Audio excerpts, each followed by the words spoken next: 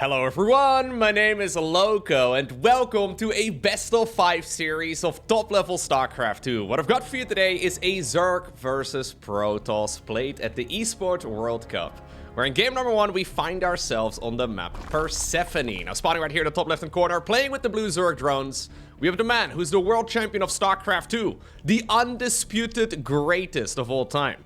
We're looking inside of the main base of Serral. Spoiler alert, I suppose, in that regard, he ended up winning the EWC this year, cementing his reign, right? I mean, at this point, he's got 3 World Cup victories over the course of like 7 years. It's been a while. His opponent, though, down in the bottom left, we have the runner-up of the EWC, the man who got 2nd place and earned $100,000, becoming 2nd.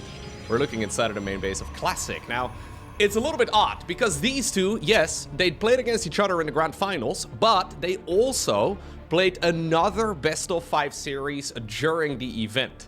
So I guess if you really want to zoom out, this particular best of 5 for them didn't really matter much in hindsight, but I think it's important to tell the real story of this entire tournament, right? Plus, even though I know the results of this particular match, I haven't seen the games up close yet, so I'm excited to find out exactly what ended up going down in detail between these two, because I mean, it's still the #1 Zerg going up against the #1 Protoss, you know? Like, these sort of matches, they do not happen every day. And going into this particular series, so this is the first, obviously, of the 2 times that they faced off against each other at the EWC.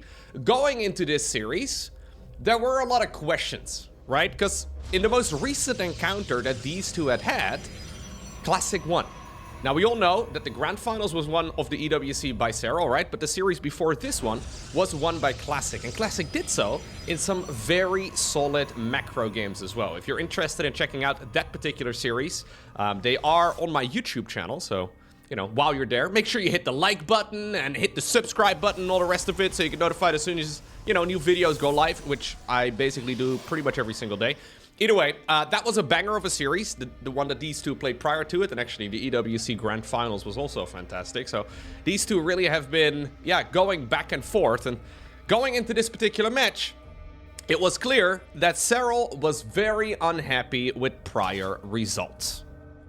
Serral has always been known to be a bit of a macro monster, and he effectively got beaten at his own game. And that's not really something we've seen very much. Like, literally ever since Serral popped off as the very best player on the planet, ever since about, I want to say, mid-2018, maybe even earlier than that, Serral really hasn't been beaten much in macro games, but Classic showed us that he can bleed. So, let's see. What do we do over here? We're going to start off with very normal build orders for the both of them. A little bit of Zergling hunting for now. Got 1 confirmed kill, but of course, not the end of the world right there for Serral. It's going to be a Stargate start here for Classic. Very common on this map. As a matter of fact, on this map, we see quite a few Tempest follow-ups as well.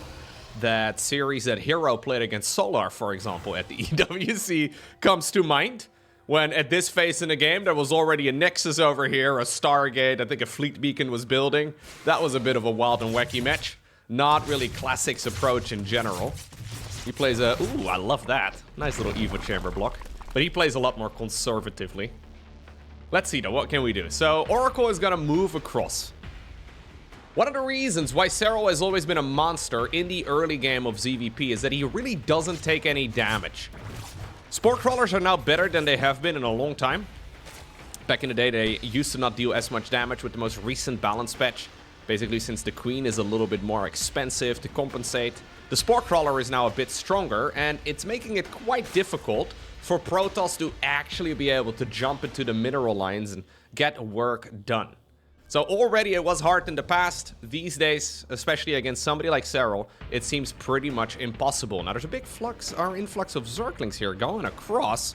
This is kind of an interesting move here by Serral, making way more Zerglings than is ordinary at this point in the game. He decides to snipe down the Adepts. He's certainly going to try and see if he can force these Oracles to come back. The Oracles, in the meantime, though, have already done 4 workers worth of damage. And Serral is effectively putting himself a little bit behind as well by making this many links. Any 2 Zerglings could have been a drone instead. Now, the Oracles could have been recalled. Apparently, we're not going to do it.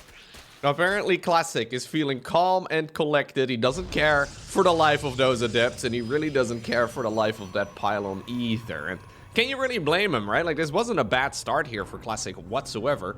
Maybe if Serral would have been able to get the snipe on the Nexus, force the Council in it, that would be big. Getting a worker kill is always nice. But yeah, getting the actual Council on the third Nexus is a disaster for Protoss. I think if Zerg is willing to sacrifice their own early game economy, and then still lose 4 workers as well to boot, I mean, I don't think that really is a significant problem here for Classic at all, who will be feeling pretty good about the whole setup. Now, this is going to be a very quick Templar Archives, and this is something that Classic has been doing time and time again as of late. He is loving the way that the High Templar currently work out. Not just in this matchup, although he loves storming the Zerg, but he's also been doing it especially against Terran. A little close right there, Classic, but he seals the wall off. Alright. It is going to be Blink, though, together with +1 to start things off. Always good to get those basic upgrades going. A lot of Protoss players play the Stalkers very aggressively, and we'll have to keep an eye out on exactly what Classic is going to be able to achieve with them, as Serral's already actually double expanding. Look at that. So Serral's adjusting as well compared to that previous series that these two played. This is a much faster 5th base. I think Serral's basically saying, yo, you're loving Storm so much as of late that you're effectively sacrificing the Stalker move out, or at the very least you're not so committed to it. I will just use that information against you. Look at that. He did make a Roach Warren for safety, I suppose, but he really isn't planning on using it much. At this point, he's got 0 roaches, probably just in case there would have been, like, I don't know, an adept follow-up or some sort of aggression that needs to be defended. But not the case here. This is Hydraling Bane with Banelings, and I'm assuming Baneling speed here as well. I mean, considering we have +1 melee, wouldn't even be surprised to see +2 melee coming up. Serral, though, actually sniping quite a few probes now. 3 workers here in total that were just sort of rallying around. It's honestly a bit sloppy on Classic's end. Really should be trying to protect those workers that are rallied in between the bases a little bit better. Alright, well now, the High Templar, they have been spotted. Yeah. They're very easy to spot too, right? Their cloaks, their little movement animation, plus, I mean, since they're high, you can probably smell them as well. Not ideal. Anyways, going to be Baneling speed right here. Charge on the back of this as well for Classic. +2 rounds already coming up.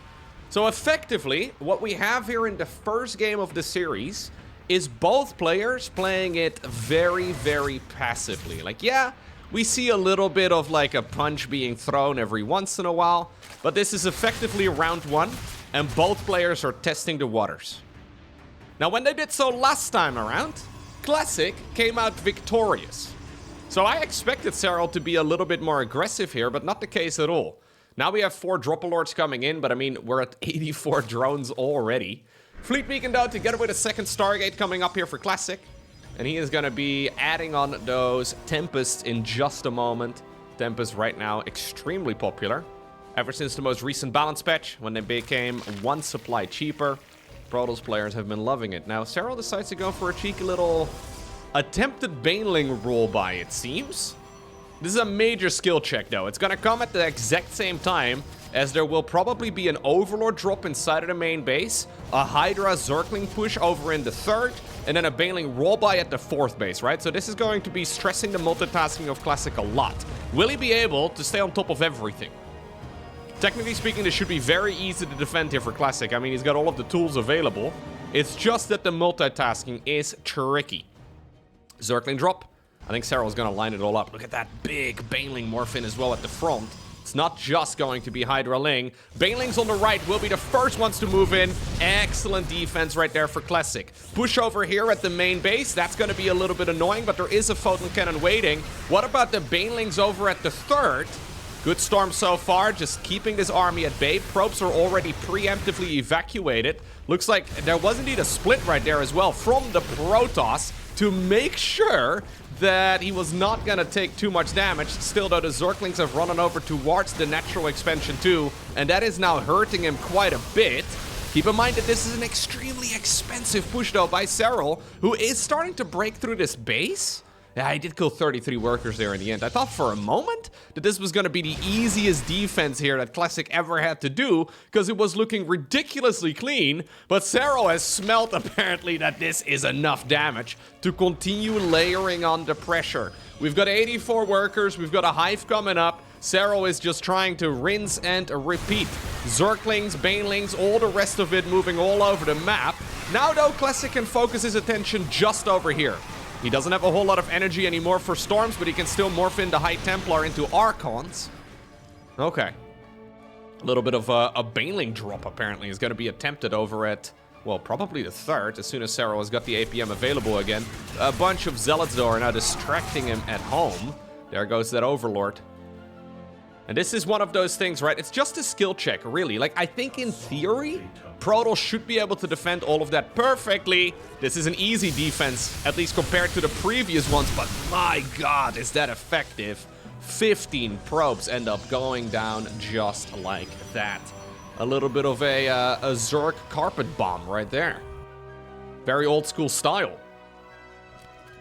If you're a StarCraft boomer like myself, you may remember the very brief meta that we had in Wings of Liberty when Protoss players weren't making a whole lot of Stalkers, and the main approach that Zergs would do was just to bomb them with Overlord drops. I still think it's one of the coolest approaches ever, but these days, I mean, there should always be some form of anti-air in your Protoss army, but it's still a very cool move to do. Now, in the end, okay, as the dust settles, 47 probes have gone down in total. Yes, but if you look at the resources lost, this is expensive for Zerg. Serral's actually lost more minerals and gas than Protoss here, and it's not like Classic is really in a position where he's going to be forced to tap out anytime soon. He's got 4 Nexi, he's going to rebuild those workers, and slowly but surely he is macroing up once more. Already we're back up to 73 workers, and soon it's going to be back up to like the 80s. I think that's more than enough for him. He should be able to slowly inch his way towards a 5th base as well. Now what Serral really has created for himself though is time. And that is going to be, well, used right now with a Spire. We've got a Lurker Den researching seismic spines. He is expanding on his side of the map as well. A couple additional bases coming up. It's difficult at this point in the game for, Classic to move out. Now we once more have an attempted roll by over here. Not going to be able to achieve much. Classic, though, decides to go into carriers here. Honestly, a little bit surprising. I would love to see the +1 air weapons queued up in that case.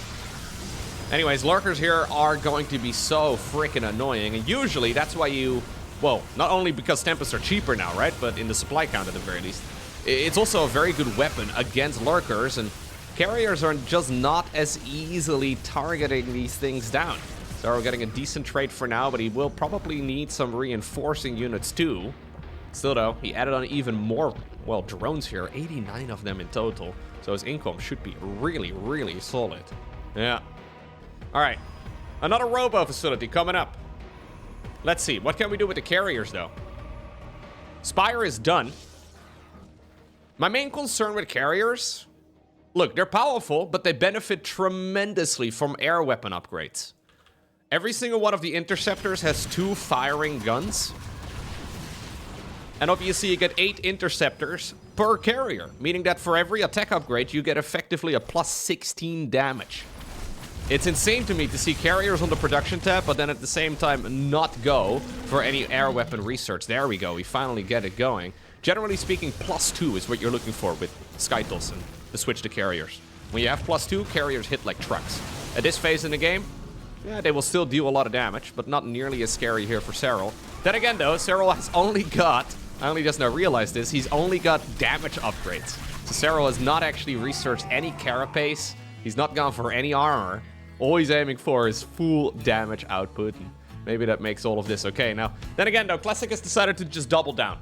So he's effectively inching his way towards a 5th base.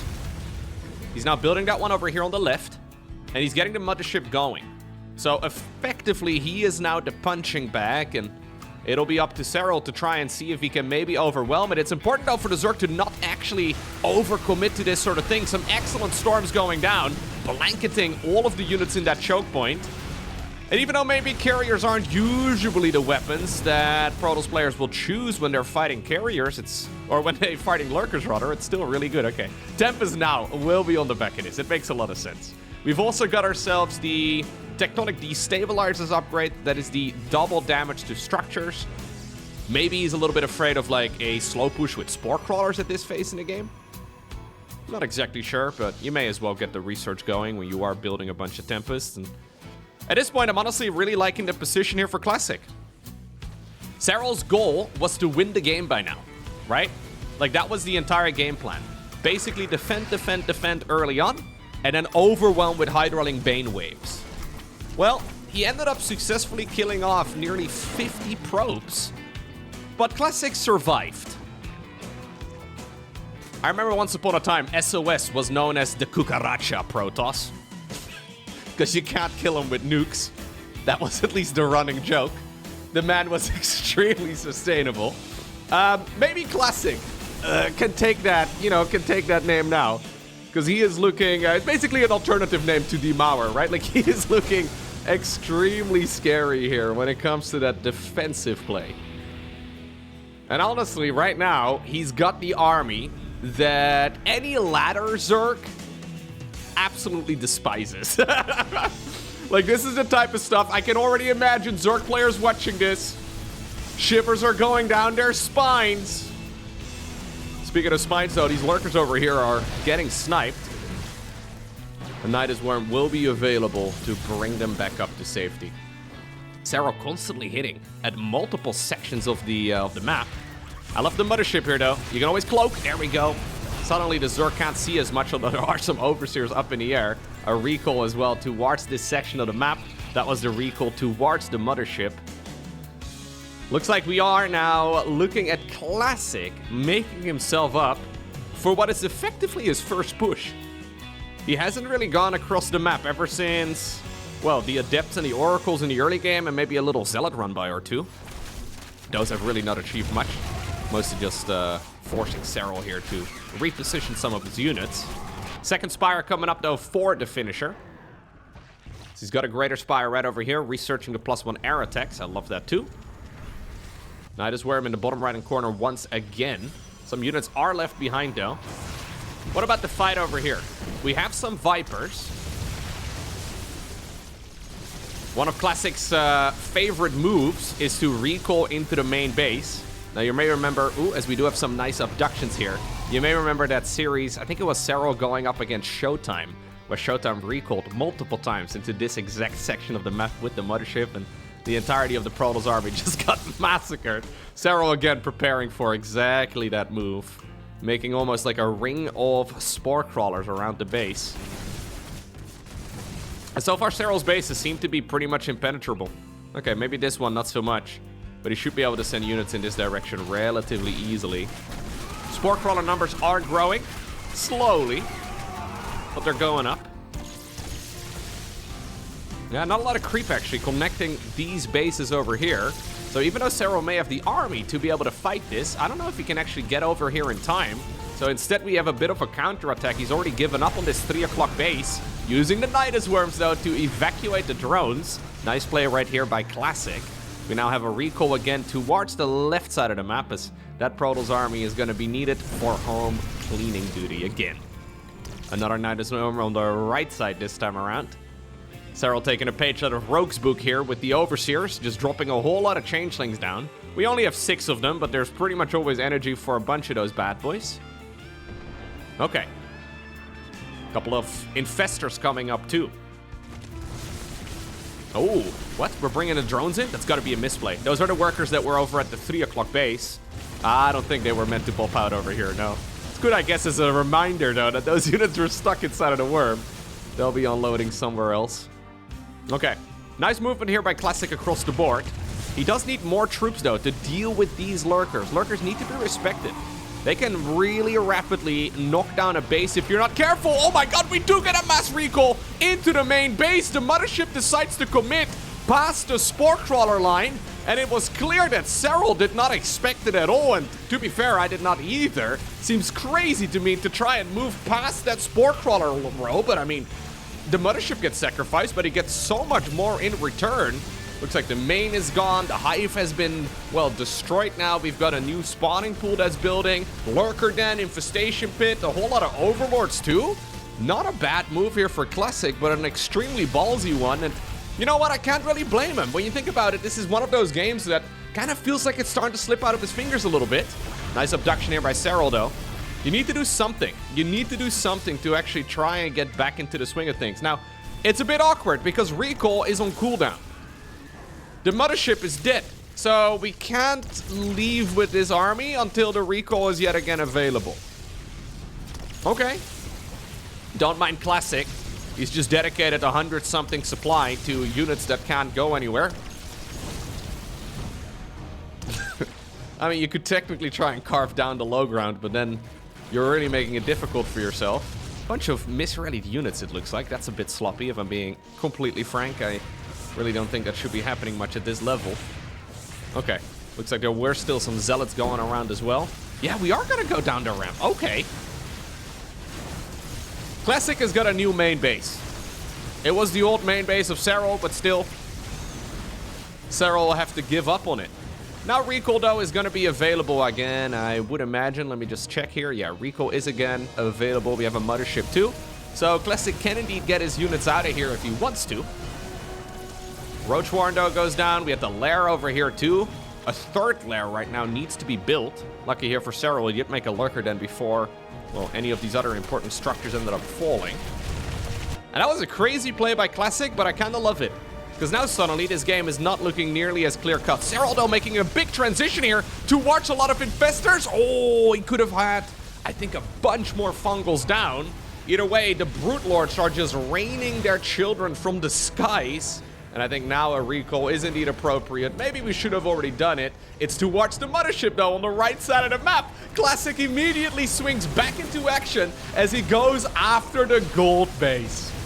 Man, Classic has stepped up so much over the last few months. It is beautiful. It is absolutely beautiful. Okay. Maybe we should breathe a little bit, though. Maybe we should chill for just a moment, because it's very easy to get a little bit out of hand here, right? Like, you know that Zerg still has a bank? There's about 0% chance that they're not going to be able to remax immediately. Yeah, you've got some momentum going, but I think you've mostly just evened things up a little bit. Previously, momentum was in favor of the Zerg. This last sequence of events really makes the game... I mean, you'd imagine maybe as a Protoss here that you're, like, ahead. But I think what Classic here is doing is very smart. The game is almost reset now. Okay. So, what do we do now as Serral? He's got a bit of a strange unit composition, right? I mean, he's got a lot... I mean, this army is scary, right? It's basically the ultimate army. We see a bunch of misrallied observers there, but he's got the ultimate army, but this army can't really... It can't really engage against the Protoss in a one-on-one fight off creep without spore crawlers. So, this is one of those unit compositions that's really good, but I don't think Serral is gonna just send it across the map. Maybe I'm mistaken. I really don't think, though, that's what he should be doing here. This is also a bit ballsy by Classic, though, who now immediately gets fungled. Time warp to try and get this Zerg player to back up, and some great storms do blanket the majority of those Zerg units. A new hive is building right now for Serral, who is kind of running out of cash. I mean, I say that while he still has a bank, but this is the type of game where you do go through your resource bank very rapidly. Classic still mining quite a bit. What's nice here for Classic is that he's been denied this base so many times that it's still fresh. So he's got a very easy to mine expansion still coming up. Serral doesn't really have that luxury anymore, although he's now taking this base over here on the left. Maybe similar to the one in the far bottom right, but not as easy to defend. Neural Parasite coming up right now, though, for Serral. And obviously that is also something that can always change the tide of battle. You cannot use Neural Parasite on the mothership, but it's accessible for all of the other Protoss units. Fighting on creep, though, is not what you want to do. No. Just imagine the floor is lava, okay? When you get onto the creep at this point, maybe even the perimeter of the creep is lava. Gotta be so careful. Zerglings at this point are a menace. Static defense, though, finishing up all around the same time. That does help out a lot. Serral actually never quite committing to the 3-3 upgrades. As a matter of fact, even though I was criticizing Classic's upgrade earlier, I think I should probably return the favor right now for Serral. Serral only sitting at 2-2-2-2-2 for everything. So +2 melee, missile, armor, carapace for air, and +2 flyer. Classic, slowly but surely, just maxing out. Okay. Honestly, if you can get a Neural Parasite down or an Abduction or an Oracle, super painful for Protoss. You need Revelation to be able to see where that army is located, but also just to allow your Tempest to actually fire. This is a ridiculously complex unit composition, though, for both players. A lot of it comes down to positional advantage, but also to just straight up micro. Problem is, at this level, I mean, when you have the number 1 and the number 2, or the number 1 and the number 1, I guess, respectively for Protoss and for Zerg, it's so difficult to really call an advantage there for either player. I don't really expect we're going to see a lot of miss micro if both players are paying close attention to the fights. There's the Oracle going down. Nice little lurker run by over here, though. I've got a feeling that this is going to come down to one big clash. Here's the thing. Zerg doesn't want to fight off creep. Protoss really doesn't want to fight on creep. So how do you settle that? How do you decide what happens? Well, it is important here for Classic to try and not let Zerg have this 3 o'clock base all the way through, I think. If you look at Persephone, and you draw like a horizontal line from like the 9 o'clock position to the 3, or yeah, 9 to 3, you kind of imagine the top section of the map for the Zerg here, and then the bottom section of the map for the Protoss.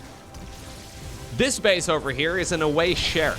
So whoever mines this base is effectively gaining... Oh my god, those fungals are so painful, man. We've seen so much damage going down onto those High Templar. Classic really should be babysitting those a little bit more. Yeah, he gets the base kill, but that was really expensive. Either way, this base is an important one, right? And Serral has already mined the majority of it. If this base is mined out for Serral, he's effectively got an entire extra base, assuming he mines out the rest of his side too. It seems like Classic is completely okay with giving this expansion to the opponent. I mean, he's denying it a few times, but he's not really making any moves to attempt to take it himself. Very difficult, though, of course, for Protoss. If we look at the resources lost so far, though, and this is why Serral needs that base, cost effectiveness is just always in favor of Protoss at this stage in the game. It's just the way that the Swarm is designed. Nice little Neural Parasite, though, and that is one of the ways in which you can get very effective traits, of course. Those Zerg spellcasters, phenomenally powerful. Classic actually making a transition towards a whole lot of gateways. So he's probably feeling the heat that if this army ends up getting killed, he needs to be able to remax in a pinch as well. And while Skytles is much better than gateway units, well, sometimes you need units faster. This should really be addressed, though. This is now the second time that a Nydus Worm is going up in this section.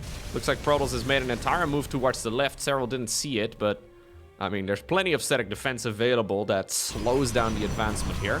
Looks like now indeed some static defense will be planted down in this location.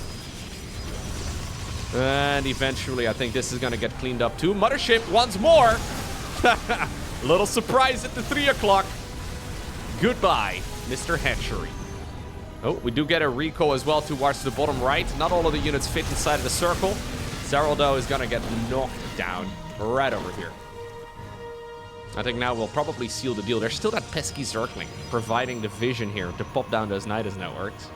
Classic, for some reason, not really thinking of why the Nydus worms keep popping up over here. Oh, the Mothership itself apparently ended up getting the kill. You know what? The Mothership actually has 16 confirmed kills. Not bad at all. Armor upgrades right now coming up, though. Serral actually already has the +3 for the air units. Likewise here for Protoss, we see the +3 flyer. Bunch of changelings trying to get into the main base to maybe pop down some Nydus worms over there too. 3 o'clock base once more retaken by Serral. Here's the feedbacks, though, and here's... Ooh, okay, the fungals as well. Mothership activates the cloaking upgrade. Classic panicking a little bit. Yeah, losing a few important units. We do see a Neural Parasite going down. Some good feedbacks there as well on some of the Infestors. Infestors, one of the very few units that can get one-shot by a feedback. Okay. If we plot the army size over the last 10 minutes, though, you can see here that both players are effectively not moving much.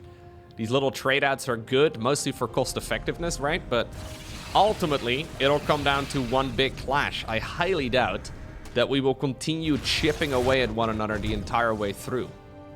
This is gonna have to come down to one big clash, right? Either that or we have a 2-hour game. Which I haven't seen in years. So, you know, there's one infamous match between Mana and Firecake during Heart of the Swarm that lasted 3.5 hours. I believe it was 3.5 hours. Anyways, very different meta. The game has moved on since then. But there was a proper stalemate. Okay, looks like Serral has decided to give up on that base over here on the left in favor of killing one of the expansions of the Protoss here on the right. Interesting move. I don't know if I love it. Miss Rally Tempest again. I mean, it's probably just gonna get destroyed here. We do have some lurkers on this, yeah, on the right as well. I feel like this base was fresher than the one that Serral is getting over here. So good trade here for Classic, who apparently is feeling like he can continue carving a path here to some of that very important tech of the Zerg. Move away from the creep, though. There's really no reason to overextend. You know what? All right, the Nexus will fall eventually. But I don't think that was a trait that benefits Zerg. I think that was a better trait here for Protoss across the board. The 3 o'clock base once more is mining, though. 31 drones for 4 mineral fields is a bit ambitious. Most of those guys are gonna have to wait for their turns. All right, yeah, maybe send them somewhere else.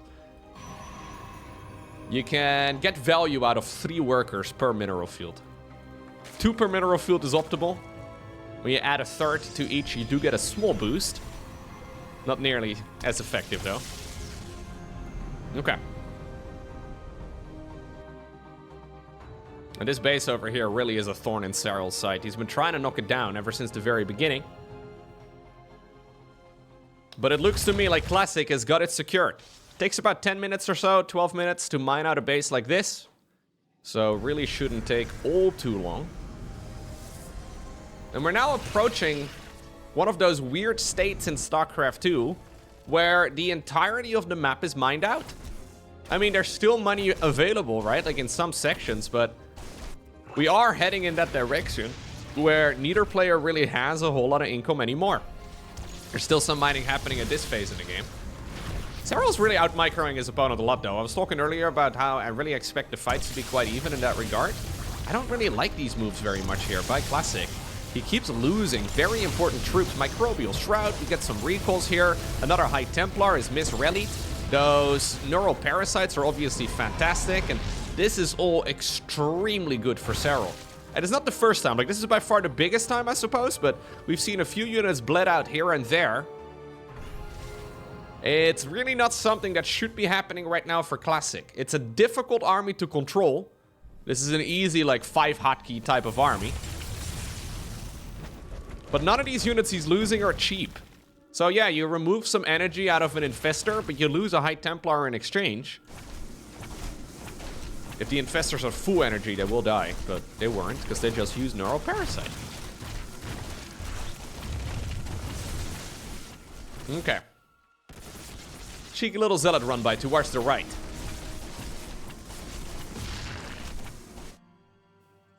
Classic really looking for an opening here, but he can't quite find it.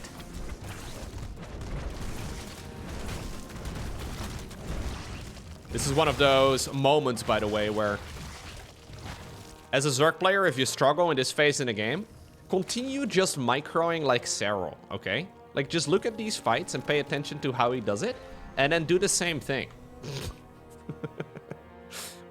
Great bit of advice. Just micro like Serral. It's honestly a great bit of advice. Just do that. Okay, Mothership over here, though, left by its own. And she's not going to live for much longer. There is going to be a kill on 2 hatcheries, it looks like, though. So, I mean, I don't want to call out Mama, but I think that's a reasonable trade. Very ambitious production location here for the Mothership, yeah. Classic agrees, decides to rebuild it over at the old third. Okay. Still, even though all of these trades have been slightly in favor of Serral, it's not like this is now a clean-cut victory for him. Across the board, I think he's playing a better late game. Oh, now this I love from Classic again. Classic is like, yo, bro, you seem to have you seem to be struggling taking his base over here on the left. Let me show you how it's done. This is why you never want to fully max out, right? You always want to have at least some supply dedicated to Zealots and Zerglings. Nice to be able to go for a little bit of a run by like that. Okay. Classic not maxing out, by the way, which has me a little bit nervous. If he forgets that he can actually... Yeah, he's got 3 carriers coming. Like, this is a lot of supply over here. It's a lot of supply caught up in units that aren't here yet. So if Serral can force a fight right now, Classic may think that he's maxed out, but he's, well, got a lot of supply still available in the queue.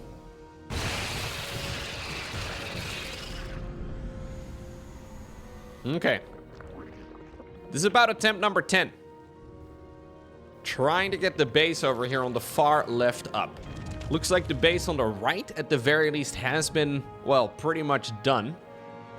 Classic also likewise retaking this base right over here. It is looking a little bit slim.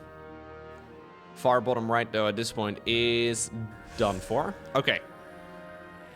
So here we go. Is this when we decide the game? Some good storms going down, but a nice abduction as well. A bunch of High Templar on the ground do take damage. Hatchery gets cancelled again. The Archon count is ridiculous, by the way. 14 Archons. That's too many. I feel like the top is probably like 8. Maybe 10. 14 feels like you'd be bumping into one another all the time. Now, one of the really nice things, though, for Mass Archon is we do have a beautiful Zergling run by here for Serral. Probably the same links that we saw earlier in the left side of the map. But one of the nice things for having this many Archons is that it's making it very difficult for the Corruptors to dive in. So Archons deal splash damage to clumped up units. And Corruptors tend to be very clumpy. They don't have a lot of attack range. So if you're very careful here, if you're not careful here as Serral, you clump up your Corruptors. You move over like 3 Archons. Those units will effectively get one shot. Protoss is going to be looking for feedbacks, storms. You can use the Revelation of the Oracle to allow your Tempest to shoot at maximum range. He needs to make sure that the Archons are positioned underneath the expensive Skytools units, and that they're preferably surrounding the High Templar with maybe a few of the High Templar in front, so you can actually get the feedbacks off at the maximum range. Feedback does outrange Vipers. Much easier said than done, though. Likewise here for Serral, he'll be looking to try and get a fungal growth on any of those units that are sort of lagging behind or maybe getting a little bit ahead of the rest of the party. He'll be trying to feedback he'll be trying to abduct any of the... Does he even have any Vipers? Yeah, he's got 2 Vipers here in the mix. Only 2. He'll be trying to abduct. He'll be looking for Parasitic Bomb opportunities too. Fungal growth together with Parasitic Bomb is phenomenal. The reason he's added a whole lot of Overseers in this control group too is that it becomes pretty much impossible for Protoss to feedback the Vipers. There's Vipers in here somewhere, but you'll be much more likely to accidentally feedback, well, the units that really don't matter.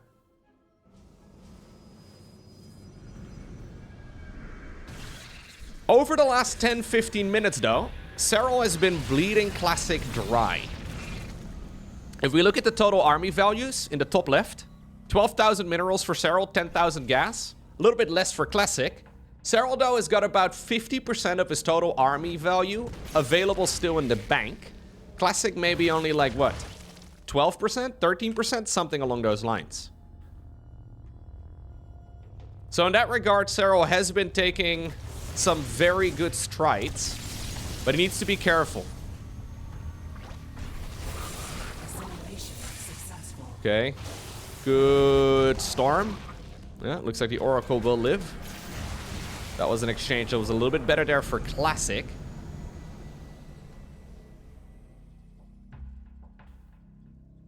Final bit of mining still happening, though, for the both of them. As a matter of fact, we may need some more probes, interestingly enough. Where are those workers? I guess they're just scattered over all of the little mineral fields and the gas geysers. There is still some mining available, though, for the both of them. Classic purposefully not adding on additional workers, so he's got 183 army supply. versus 172 of Serral. Shouldn't make that much of a difference. Ooh, a little bit of a move command there by Classic, losing one of the Tempest because of it. Another nice little neural parasite though. Fungal into neural. Apparently it's about as effective as, yeah, the Viper's abducting units. Okay. I kind of feel like Classic is being eaten up, slowly but surely. We still have not seen the big clash between these two armies. And I still feel like it is coming, but in all of these little skirmishes over like the last, really like the last 50% of the game at this point, I feel like Serral has been slowly chipping away at his opponent. And it's reflected here primarily in the bank. The banks of both players heavily in favor at this point of the Finnish player.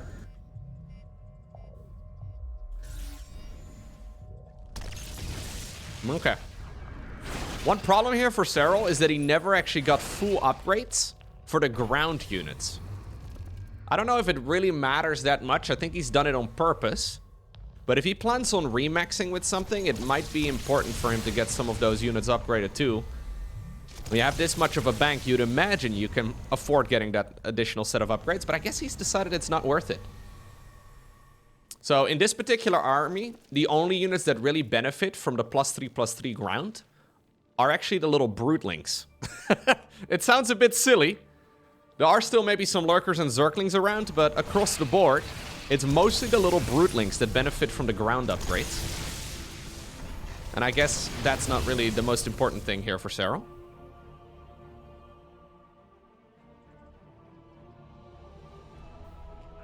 Armor upgrades for the ground units are missing for Classic. But again, I think that's on purpose. If the High Templar get attacked, they die anyways. Ooh, Storm on Corruptors is big, though. I love that. Corruptors take forever, actually, to regen their HP. They're not like Mutalisks. Mutalisks have that quick out-of-combat, well, HP regen. Corruptors will just get 1 HP point back every couple of seconds. Takes a long time. I do like this little Lurker hit squad, though. Serral just found them somewhere, I guess.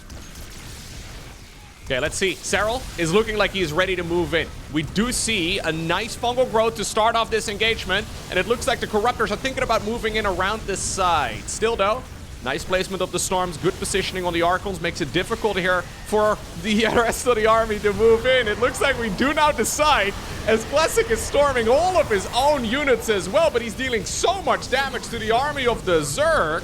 Some good neural parasites, though, make it difficult here for the Protoss to really advance. A lot of the Archons have disappeared. Man, that was an insane engagement. Serral remaxing now with 51 additional Corruptors. He needs to be careful, but I think this time around it is the right choice. He does not want to have a repeat of the one Archon chasing down the one Brute Lord. Serral also spending the rest of his money now on adding on some additional Brutes. He needed to make new Overlords, which really isn't something you want to be building at this phase in the game. But suddenly, both players have entirely depleted their bank. Oh, what about this, though? A couple of the Protoss units here not quite paying attention. And that means that the newly made Corruptors can swoop in. Archons are nowhere to be seen anymore. Serral is overwhelming this army with the reinforcements while the Brute Lords are raining their children from the skies. Those leftover Lurkers also do show up, but I think that was the engagement that Serral was looking for. The first big fight on the left, I don't think that was particularly great for the Zerg. About the best case scenario for Classic across the board. This fight, though, where Classic seemed to just sort of be wandering around, right? It wasn't really going anywhere. If you made a beeline back home, immediately back to the safety of the static defense, he would have been able to keep most of those units alive and regen all of the shields, but Serral saw an opportunity and immediately took it. Honestly, a pretty significant blunder right there for Classic. And he pays the price. That was quite literally about 30 minutes in the making, though. Serral trying his absolute best to chip away at the bank of the opponent. And then look for the opportunity to fight in the late game. And now suddenly, I mean, what does Protoss really still have? We have 7 Archons, 4 Stalkers, and 3 High Templar. Versus 12 Brute Lords, 3 Infestors, and 3 Lurkers. I mean, there's a lot of Corruptors too. Sorry, guys, I don't mean to, like, ignore all of you. Maybe you can be used to, like, snipe observers or something. That might be good.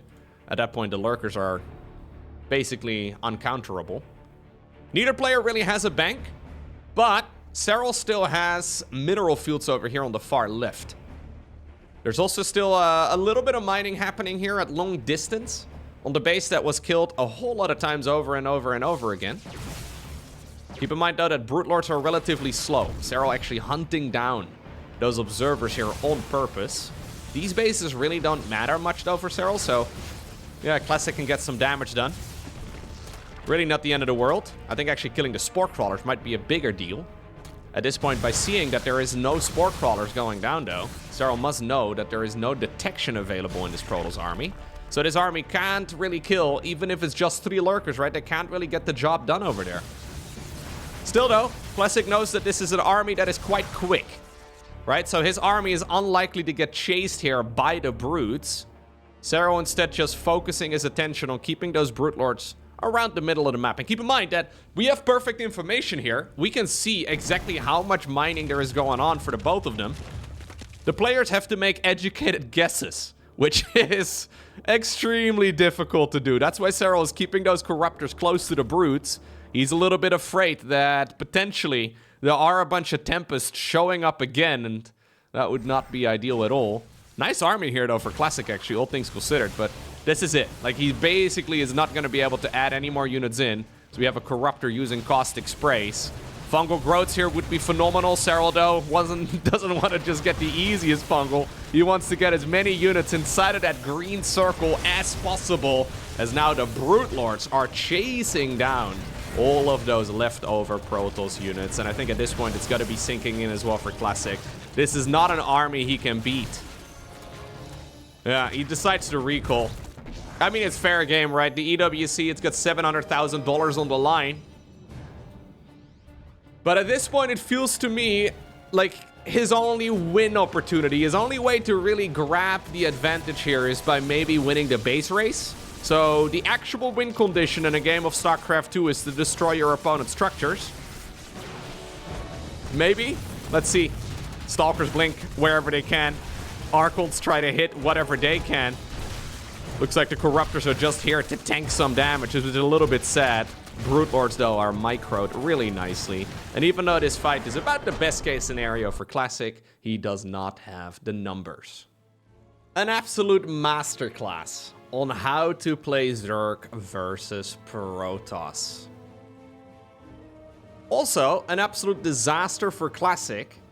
Not because he played poorly, but because he got outplayed. Playing the strategy that he's been winning the majority of his games with. So that late game that we just watched has been the exact late game that basically all other Zerg players under the sun have been avoiding.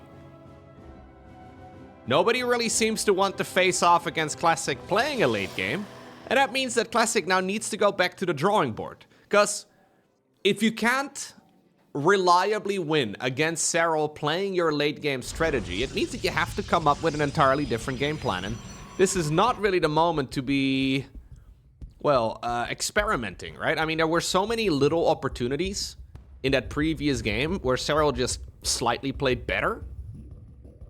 Obviously, Classic could decide, okay, I'm just going to go ahead and do the same thing again, and this time around I will try to not make those little slip-ups.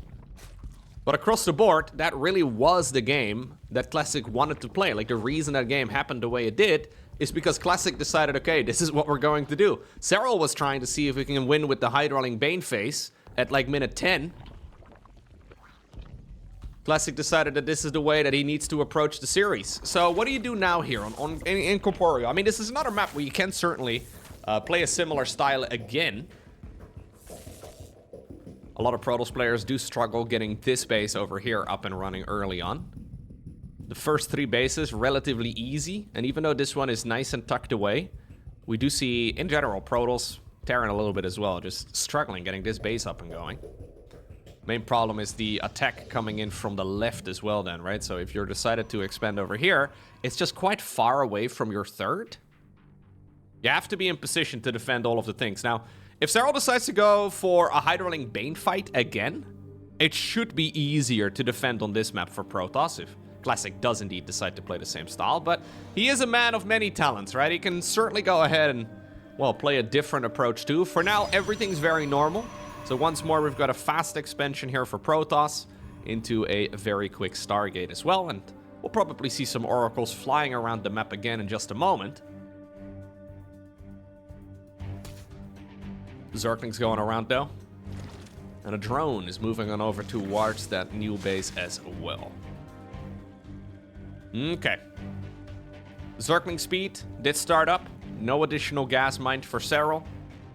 Pulling all of the drones out and prioritizing mineral income at this phase in the game. He was trying to see exactly what Protoss is going for, but he's only got one overlord. So no double overlord scout or anything along those lines here for Serral. He's effectively gonna need to defend against this sort of Protoss opener completely in the dark. Now, of course, this is the gold standard. This is what we see the majority of the time from Protoss. So I'm expecting he'll be fine in that regard. Yep. Already a Spore Crawler, actually. That's a very early Spore. That was like 320 on the Spore Crawler. I think that's a confidence Spore Crawler, if I'm being honest. This is the type of Spore Crawler that makes sense if the Stargate would be proxied. Like, say there's a Stargate building over here. Then the Oracle would show up, and Serral would still have defense available for it. But normally you could delay this by at least like another 10 seconds. Either way, the Oracle is not even gonna go across the map yet. Instead, it will be used for keeping the third base up and running.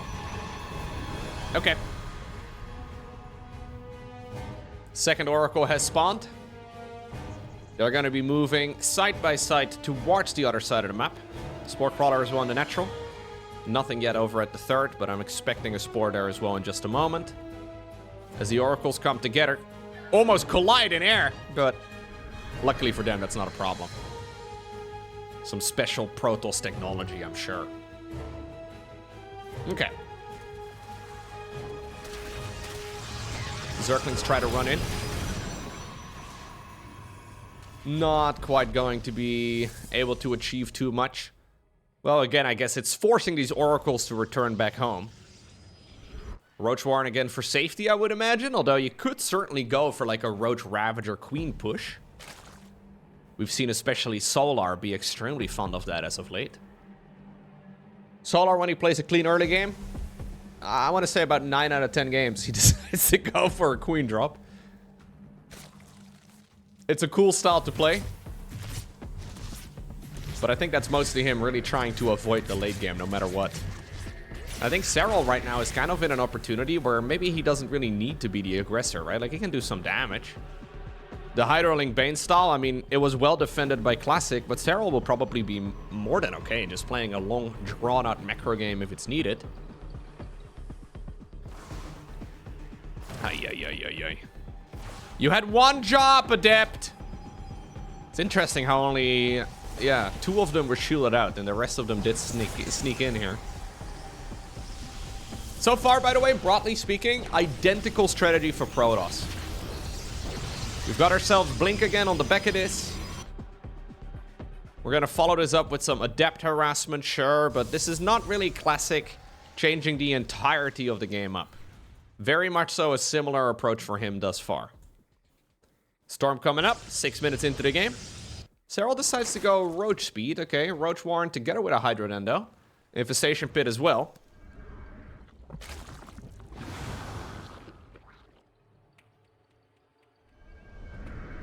Okay. Zergs, by the way, usually don't go for that more defending or that more defensible base over here as quickly. So Serral is going to take it as a 5th, but his 4th is actually in the far top right. For Protoss, that's not really... I mean, you can take it, but this is... it feels extremely far away. And you'd basically be exposing yourself onto this low ground area. Surface area is one of the big strengths, of course, of the Zerg, so... For Serral, that's not really much of a problem. If Protoss decides to move on over in this direction, I mean, as long as you've got creep here, it's not a problem. Either way, Hive is already halfway done at the 7-minute mark, together with a Lurker Den on the production tab too. Serral going what seems to be just good old Roach Hydra for now. And then a transition, I'm sure, into Hydra Lurker. Maybe with Nydus Worms, maybe with Vipers, maybe with whatever. But so far, this once more has all of the signs of a late game. Last time around, Serral did have the quick +1 melee. So if he decides to go +1 melee again in a later game in this particular series, maybe that means that he wants to go for another one of those Hydraling Bane pushes. For now, though, not really the case. Charge on the back of this.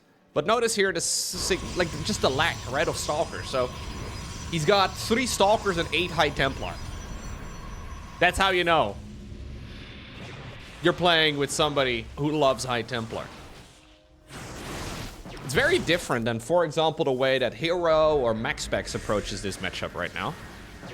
They seem to be favoring a lot more Stalker-based aggression, but I've been more impressed by Classics Protoss versus Zerg than by theirs, if I'm being honest. So it's very passive, right? It's not really like Hero, not really like Hero or MaxSpecs rather to play a very aggressive approach or a very passive approach like this. They like to play the more aggressive style. Either way, we've got ourselves a Nydus network again coming up. Second Stargate, Fleet Beacon inside of the main of this. Okay, basically all of the tools are here to play another long game.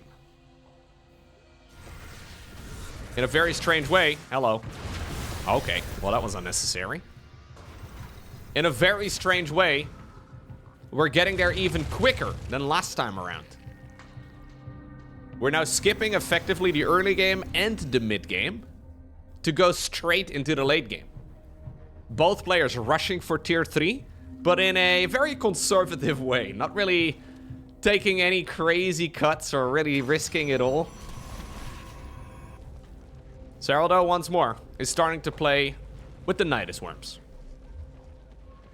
It'll be up to Classic to try and defend against it. Already Overseers are in position as well, next to the main base and then also the 4th right over here. Love that little move. Lurkers moving in, though, on the left. Good storm. Queens are here, too. Wouldn't mind seeing a creep tumor get laid down, but... no, they're mostly just here for transfuses. I see. The majority of the Protoss army is trying to awkwardly make their way over here. Those Lurkers are getting extreme value, though. Serral actually made so many of them so quickly that Classic is kind of struggling getting all of it down. In the meantime, there's also a council on that newly acquired 5th Nexus on the right side of the map. A couple stasis wards make it difficult for Serral to really move in, but Serral is smelling like he can actually move even further up this ramp. And he might actually not be wrong. What about to push those straight through the center of the map? It's a relatively small portion of Classic's army. Already the Lurkers are going to get another way to go back home with the Nydus network over here, but there's plenty of Lurkers also ready to defend the bases. Zerglings get a pretty good wraparound here too. There are some Zealots on the right side. The Lurkers over here are still not cleared out. Tempests go down to a freaking Queen group. And I guess this sort of shows you the fragility of this stage in the game. That previous game may make it, well, appear as if everything is rock solid for Protoss, but this is really not going Classic's way here. In every single one of those multitask engagements, he seems to be losing. What about the push over here in the top right? Serral is all over that too. At the very least, some drones ended up going down, but that was a ridiculous amount of losses on the side of the Protoss for very replaceable units that were killed on the side of the Zerg. Lurkers over here are just an absolute disaster. I really didn't think Serral was going to bring the Queens across. But yeah, now he will be retreating, but he's already killed the Nexus. At least the creep doesn't reach far enough to be able to deny the Nexus, so that is a saving grace right there for Classic. But next up, we're going to have to play Nydus Worms here on the right side too. Looks like there is a photon cannon inside of the main base. Queens together with Lurkers. This is just a group of Queens dedicated for transfusions. There's 9 Queens available. That's more than you normally make in this matchup. Kind of a sick play here by Serral. Yeah, this is, I guess, what happens when you leave Serral completely to his own.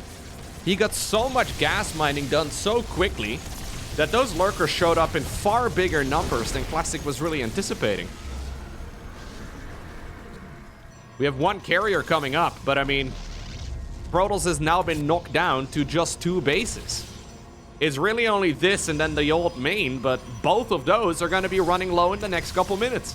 In the meantime, Serral has already, well, expanded all over the map, making a new base here as well in the 9 o'clock position, and he's not really showing us any signs of slowing down. One thing he doesn't have... Oh, no, he does.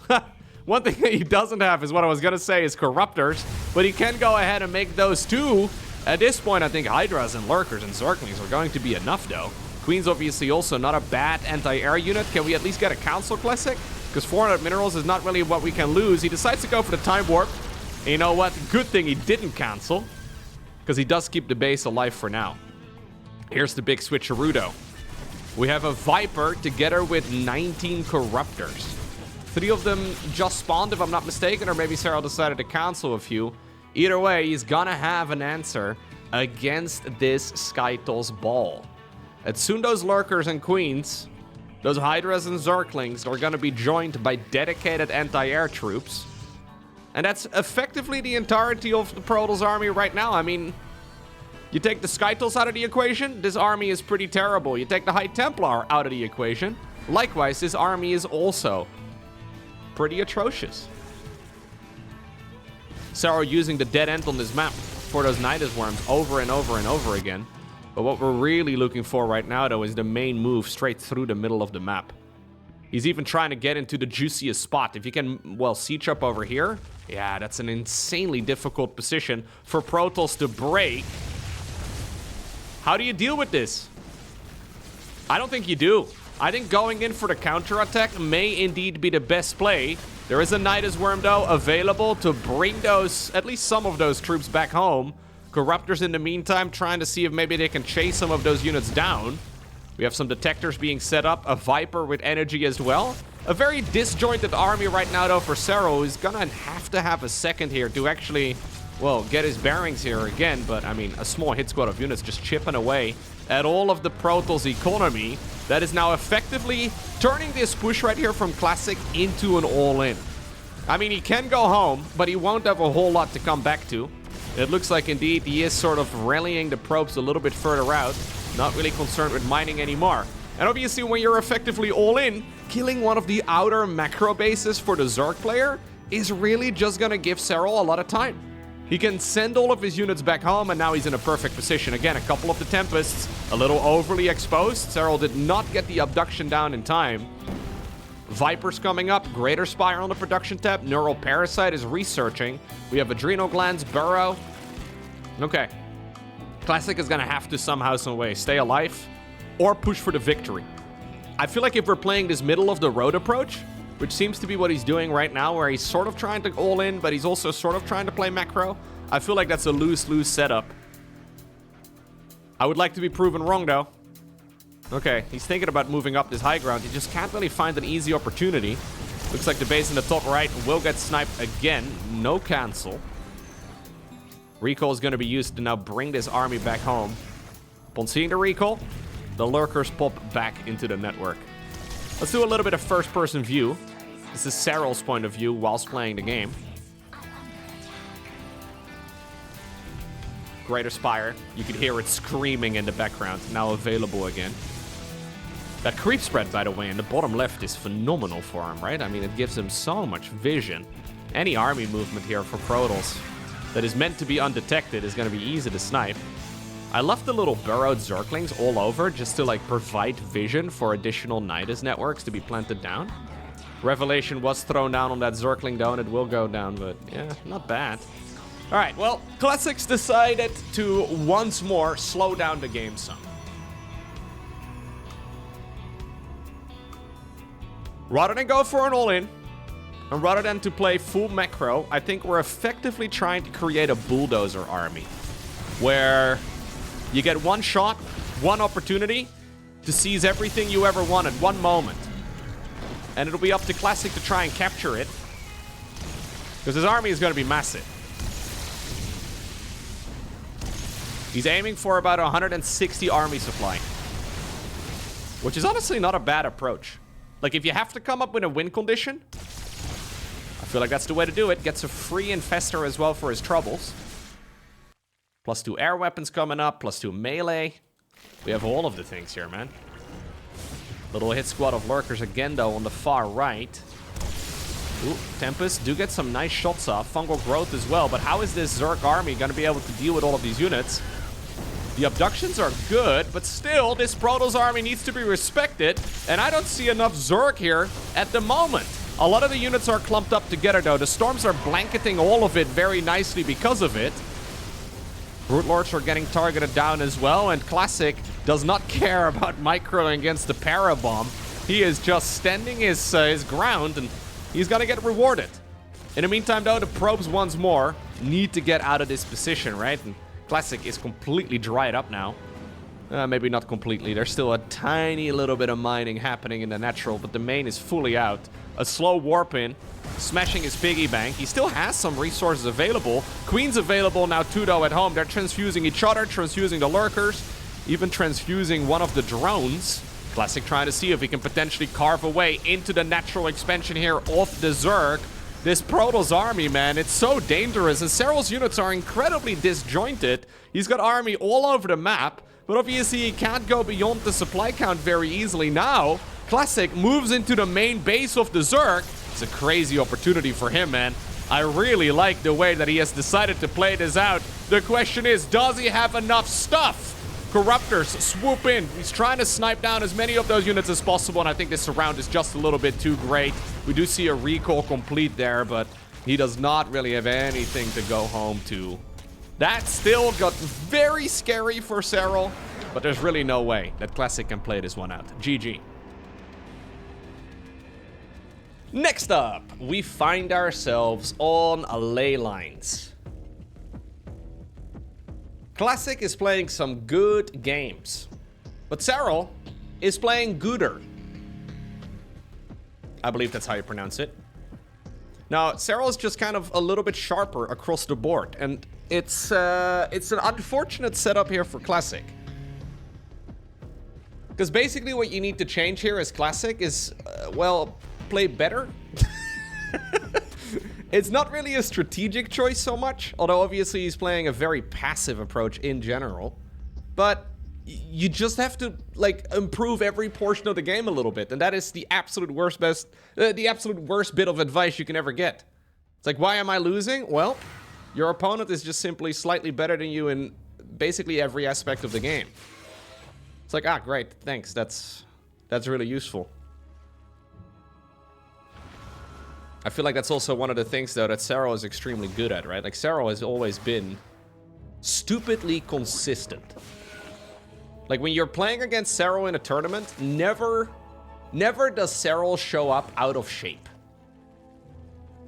I have seen so many Serral games, and you can always expect the absolute top level. Pro gamers have off days, usually at least. Serral seems to have those extremely rarely. I don't even know how you really achieve that level of consistency, right? Like, obviously you can autopilot. Autopiloting is very important. A lot of it is core mechanics that these players have that will always make them good. Effectively, if Classic were to not touch the game for a decade and he were to go up against, well, probably anybody below Grandmaster, he would still absolutely destroy them just off of, like, core mechanics alone. But that level of refinement is usually only reached when you play a stupid amount of games as well, and I'm sure Serral takes breaks from time to time, but yeah, he's very good at being good. Okay. Well, it's an Oracle opener again. Triple Nexus start here for Classic. I would love to see him mixing up with some of his follow-ups. Maybe Glaive the Depths, maybe a Charge Lot all-in, maybe something cheeky. Because I've got a feeling if you display the exact same builds again and again and again, you're just gonna see the exact same results again and again and again as well. The games are close, but they're not a Protoss win. Okay. Little ballsy there. Twilight Council again. together with the Forge. Serral did go +1 melee. He did go Roach Warren. This is similar to what we saw in the first game of the series, where he ended up going for a Hydraling Bane bust. A lot of Adepts are going across right now, though. It's actually kind of funky to see this many Adepts. All right, 11 Adepts is way more than you ordinarily see, although he did show them right here to the Overlord. This is a push, though, without glaives, right? This is literally just a bunch of gateways that just got these units out. Serral evacuates the base entirely. But this is the kind of stuff that I'm talking about, though. You need to try and throw a bit of a curveball, I think, to keep the Zerg player guessing. Is it going to be good enough? Difficult to say. Good body blocking here, but at least the door has now disappeared. Recall on the Adepts in the end. Drones get back to mining. Classic, by the way, did continuously produce workers there all the time, so yeah. A lot of lost mining time there on the side of Serral. And we still have very quick storm. We still end up with a 6-minute storm start. The man loves storm, okay? Give him a break. Find yourself somebody who loves storm as much as Classic. Or wait, no. Find yourself somebody who loves you as much as Classic loves storm. Either way, it's a good ability. Hydra then. Bingling Nest. +1 missile. I think we're back to busting. And I think every Zerg player loves busting. At least all of the Zerg players I know. They love a good bust from time to time. +2 melee as well, by the way, at the same time. Few roaches were produced, but I think they're mostly safety roaches. Last time around, he did it off of like 87 workers or so. Don't know if we're gonna do the exact same thing again. Double upgrades is also quite greedy. Oh, couple stalkers here. +1 melee really hurts. Classic is gonna inch his way though towards a 4th base, and he will be able to finish up that Blink. Now, he's finishing up Blink with only 4 stalkers. Not nearly as many High Templar this time around, so I guess that's something. Baneling speed, though, is about 1/3 of the way done already. It's a variation of the same theme here for Serral, as he gets all of the Adepts, it seems. Ooh, that's not good, Classic. Maybe some of them will be able to shade away, but that's already too many losses. This is right before Serral is going in for what looks like a bust. He does decide to start up a Hive, though. Maybe he feels like he can do both? Or maybe he just tries to play the macro game from here. Yeah, extra gases start up. We'll probably see a Lurker Den as well then in a moment.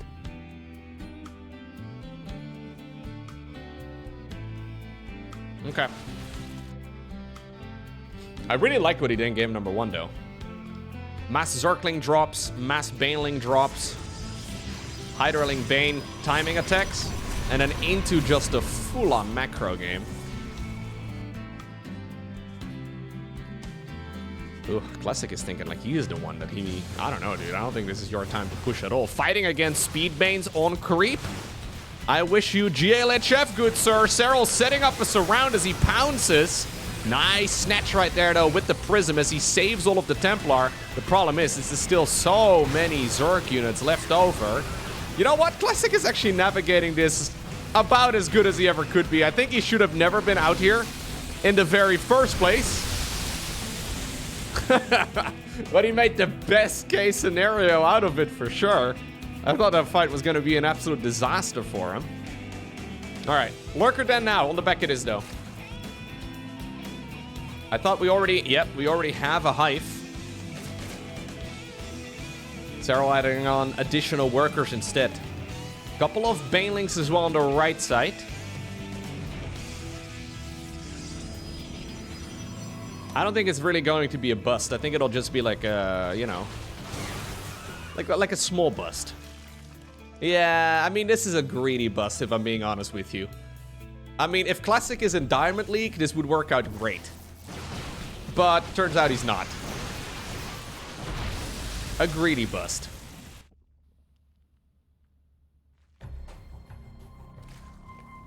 Lurker Dendo is going to be done here in just a moment, and Seismic Spines will not be too long after either. I can imagine we're going to see a nydus network.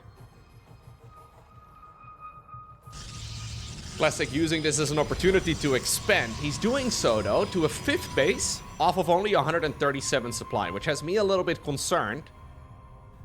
No Skytools transition yet. Okay, he starts it up as I speak. Second Stargate. We have our fleet beacon. But very soon, you'll have to deal with lurkers, and you will have to do so without immortals, without tempests, without really any reliable tools. So we end up in a very similar situation as the previous 2 games, except Classic isn't going to have the same units to deal with it. He's going to have a worse unit composition. And we've seen the results of the previous 2 games. It's not really what you're hoping for. Now, maybe he can buy enough time. Overlord drops again. Getting lined up here for Serral, who's extremely fond of these mass Overlord drops lately. It's kind of sick, right? When you get morphed into a dropper lord as an Overlord, is that a promotion or a punishment? Because you are sent to the front lines, but also you get upgraded to like a cooler version of the unit? Promotion or punishment? Let me know. I think it's a promotion. Yeah, I think as a Zerg unit, oh, it's not even gonna be Zergling drops, dude. Not all of you fit inside of the private jet. Lurkers take up a lot of seats. Super annoying little army, though, to deal with here for Protoss, who does start up the Tempest production now. But of course, this is just to really split the attention here of the Protoss player. Still, tons of static defense over here. Not so much over there. Does Serral even know about it? Ah, he doesn't know. Serral doesn't realize that the 5th base is already up. Would have been an easy snipe for him. Classic trying to stay in this game. And you know what? Because Serral doesn't know about the 5th base there, the one at like, what is this, like the 11 o'clock position or so, I think this is defendable here for Classic. Losing that base would be a disaster, but maybe that's why he decided to take it so greedily. I thought it was greedy. Classic's like, yeah, you know what? This is the way that I can maybe stay in the game. And it looks like he's gotten away with it. Greater Spire, though, on the back of this. +3 melee, +2 armor. Classic has started up his Skytools ball once again. And it's a scary army to deal with. No nydus worm this time around, by the way, which surprises me a little bit. I feel like there was so much effectiveness out of that last time around. Zergling run by over here, intercepted perfectly with some great Zealot warpins there. Now Serral realizes it. Okay. This could have been a base that he dealt with. Now, though, Classic has gotten away with it. There's the nydus worm coming up. Burrow also added into the mix. I really love the heavy focus on nydus worms and the heavy focus on dropper lords here. It makes so much sense, right? Like when you think about it, it makes so much sense. Really, the only reason we don't see it all the freaking time is because it's extremely APM intensive. Serral at 520 average actions per minute. He's got some APM to spare to pull this sort of thing off. But if APM weren't a bottleneck, it's an absolute no-brainer to be sending these sort of units around the map. And this is so annoying here for Protoss to deal with. Suddenly, you have to deal with a bunch of lurkers behind your mineral line, and are going to be in multiple sections of the map too. Not only that, he's also pushing on the left. Still though, Classic doing the things that Classic loves most. He is ready to just pull the trigger and base race you. And obviously, there's no nydus worm available now to send these units quickly back home. Sure, Serral may be able to kill bases eventually, but Classic may knock down like 4 of yours if you're not careful. Looks like we go for just the 1 for now. I wouldn't even mind seeing him carve a path through the creep. He doesn't know, though, how well defended all of those locations are. Looks like the Nexus over here at the front does end up falling. Base in the top left, in a world of trouble. At least there wasn't a whole lot of mining happening here for a bit, but... Alright. Detection. Ooh, has been granted. Now, the probe losses are starting to stack up, mostly with this Zergling run by towards this base. And then, of course, those lurkers working away at whatever they can hit. Natural expansion for Protoss is now gone.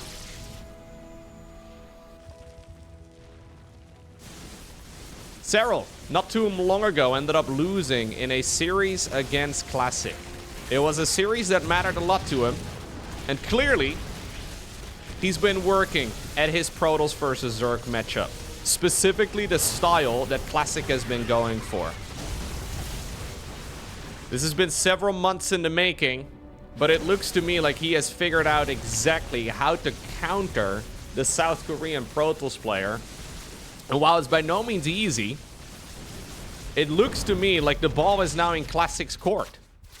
Classic is going to have to figure out a way to deal with this extremely mobile Zerg aggression. Because even though technically, like on paper, the army that he's got counters that of the Zerg, he is just being pulled in so many different directions that he can't keep up. So really using the speed advantage of the Zerg here. And normally lurkers aren't really considered fast units, but with overlord drops, with nydus worms all over the map, they can just pop up all over the place. And I'm already excited for like the next time that these two face against each other, you know what I mean? Give it a couple of months. I think it'll be time for Classic to come up with an answer in this little rivalry that we see between these two. Zerglings are everywhere though, and now Classic is the one who is split up. He's got a main base. He technically has a Nexus building over here, but the natural will not be up for much longer. I think he's got a fourth and a main, and that's really about it. Not something that you can really reliably macro off of. And Serral, in the meantime, he's made the transition. He's got the Corruptors once again. All he needs to do right now is smile and wait. Maybe wave as well while you're at it. But smile and wait. Maybe some little backstabs with Zerglings. But ultimately, it's time for the Protoss to make their final move. There's really no way that Classic can macro his way out of this anymore. For some reason, he's adding on 6 gateways. I guess he expected the entirety of the main base to be gone at this point.